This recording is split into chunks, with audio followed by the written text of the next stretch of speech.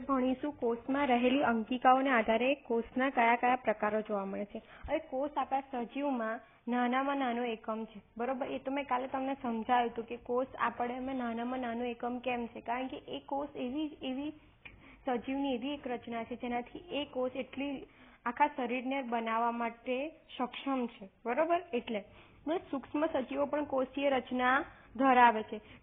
પછી શું કહ્યું છે, કોષના આધારે કોષના બે પ્રકાર પડવામાં આવે છે, બસ કોષની અંકિકાઓના આધારે, એક યુકેરિયોટિક અને એક પ્રોકેરિયોટિક, બરોબર.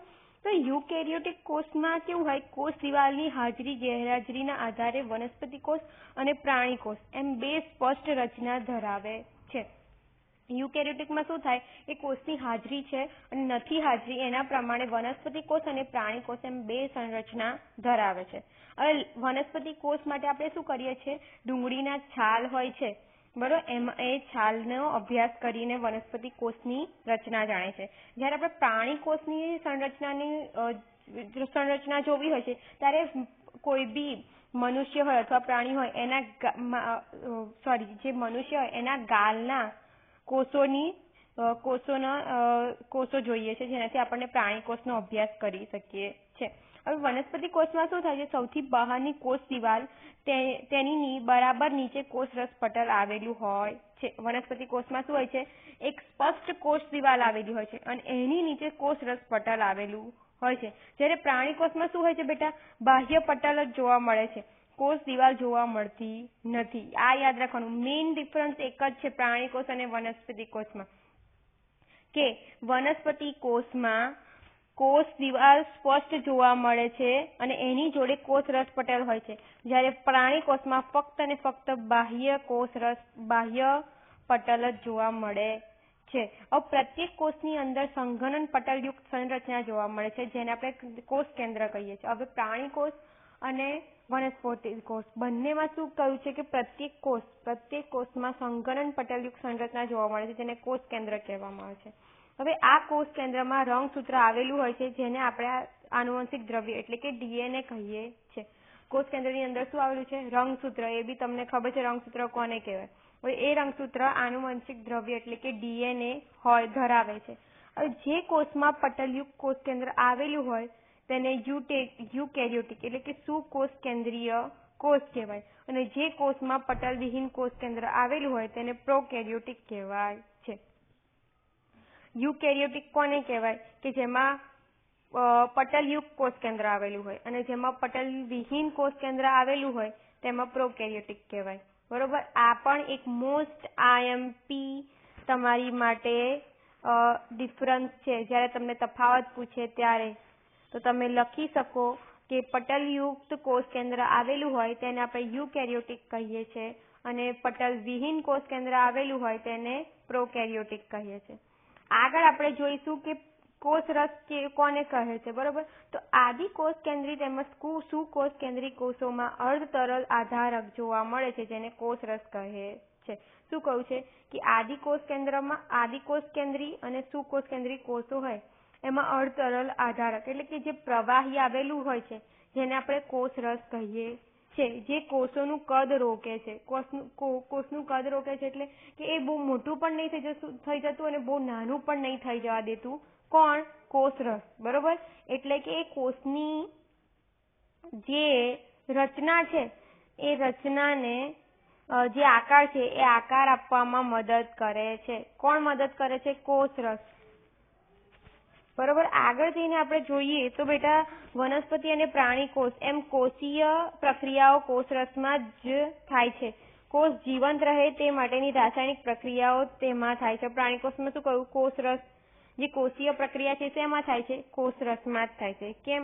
કારણ કે એમાં રસાયણો આવેલા હોય છે જેનાથી કોષ જીવંત રહે એ બધી પ્રક્રિયાઓ અંદર થાય છે. પરકિંજે આ આધારે દ્રવ્યને માટે જીવરસનો શબ્દ પ્રયોગ કર્યો છે. જે પરકિંજે આગળ આપણે જોયું હતું બેટા કે પરકિંજે પણ કોષસ્વાદ અને કોષ કેન્દ્ર પર કોષો પર ઘણું કહ્યું છે. તો એને જે આ કોષરસ છે એને જીવરસ કહ્યો હતો. આગળ તેના આધારે દ્રવ્ય 65 થી 80% પાણી છે. મુખ્ય 4 તત્વો સંયોજન તેના 95% ભાગ બને છે. શું કહ્યું છે?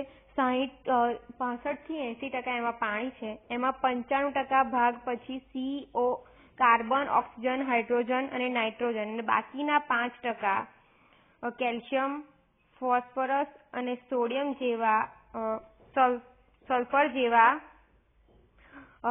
જેવા 30 તત્વો સંયોજન સ્વરૂપે હોય છે. બરોબર.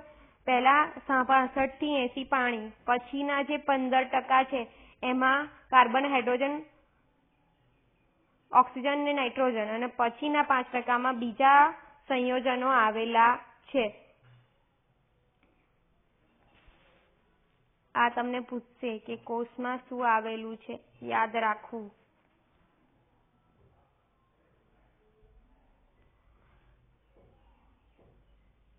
સુકેશ કેન્દ્રી કોષમાં પટલમય સ્તરથી આવૃત રચનાઓ કોષરસજાળ. હવે શું કહું છે કે જે સુકોષ કેન્દ્રીય કોષ છે એમાં શું આવેલું છે, તો એમાં જોવા જઈએ તો અંતઃકોષ રસજાળ, ગોલ્ગી કાય, કણાભસૂત્ર, લાઇસોસોમ્સ, બરોબર, સૂક્ષ્મ નલિકાઓ જોવા મળે છે. આ રચનાઓ કોષીય અંગિકાઓ કહેવાય છે. તો આ યાદ રાખવાનું કે સુકોષ કેન્દ્રીય કોષમાં શું આવેલું છે, તો એમાં અંતઃકોષ રસજાળ, ગોલ્ગી કાય, કણાભસૂત્ર, લાઇસોસોમ્સ, હરિતકણ, રસધાની, સૂક્ષ્મ નલિકાઓ અને કોષીય અંગિકાઓ. આ રચનાઓને કોષીય અંગિકાઓ કહેવાય છે. જ્યારે આવી પટલમય રચનાઓ આદિ કોષ કેન્દ્રીય કોષમાં અભાવ જોવા મળે છે. આદિ કોષ કેન્દ્રીય કોષમાં આ બધી રચનાઓ હોતી નથી. રિબોઝોમ્સ પટલવિહીન અંગિકા છે જે સુકેશ કેન્દ્રી અને આદિ કોષ કેન્દ્રી બંને પ્રકારના કોષોમાં જોવા મળે છે. રિબોઝોમ્સ હરિતકણ, કણાભસૂત્ર અને કણિકામય અંતઃકોષરસ જાળ જ જોવા મળે છે. બંનેમાં શું જોવા મળે છે અને શું જોવા નથી મળતું એ પણ એક મોટો તફાવત છે, જે તમારે એક્ઝામમાં જ્યારે તફાવત પૂછે ત્યારે તમારે લખવાનો રહેશે. પ્રાણી કોષમાં પટલવિહીન અંગિકા તારા કેન્દ્ર જોવા મળે છે અને કોષ વિભાજનમાં મદદરૂપ થાય છે. આગળનો પ્રશ્ન બેટા એવો છે કે કોષોનું કદ, આકાર અને રચનામાં વિવિધતા જોવા મળે છે, એ સમજાવવાનું છે. તો કોષોનું કદ કેવું હોય છે, તો કોષોનું કદ તેમના કાર્ય અનુસાર વિવિધ પ્રકારનું જોવા મળે છે. સામાન્યતઃ કોષ છે ને એ 10 થી 100 માઇક્રોમીટર જેટલું હોય છે.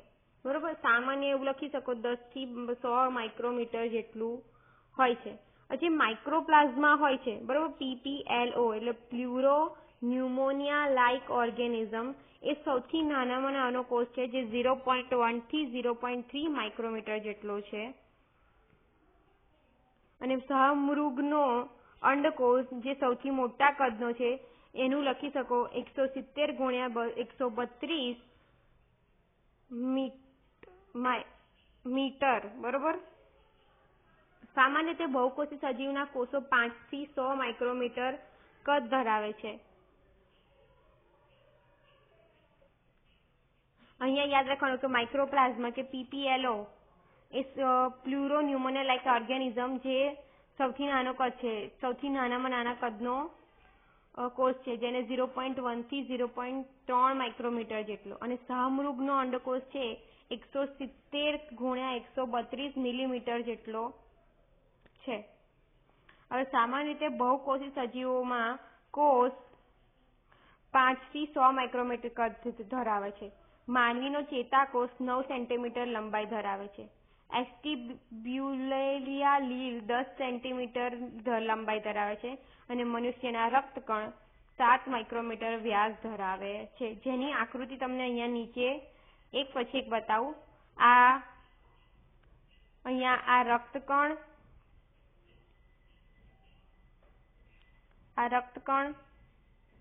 આ શ્વેતકણ, સ્તંભીય અધિચ્છદીય કોષો જે આપણા મસલ્સમાં આયા હોય છે, શ્વેતકણ અને રક્તકણ આપણા બ્લડના છે, રુધિરના. આ ચેતાકોષ, આ મધ્યપર્ણકોષ એમાં આયા હોય વનસ્પતિમાં. જળવાહિનીકી પણ વનસ્પતિ કોષનો આવે છે. અને કોષોમાં આકારમાં ખૂબ વિવિધતા જોવા મળે છે.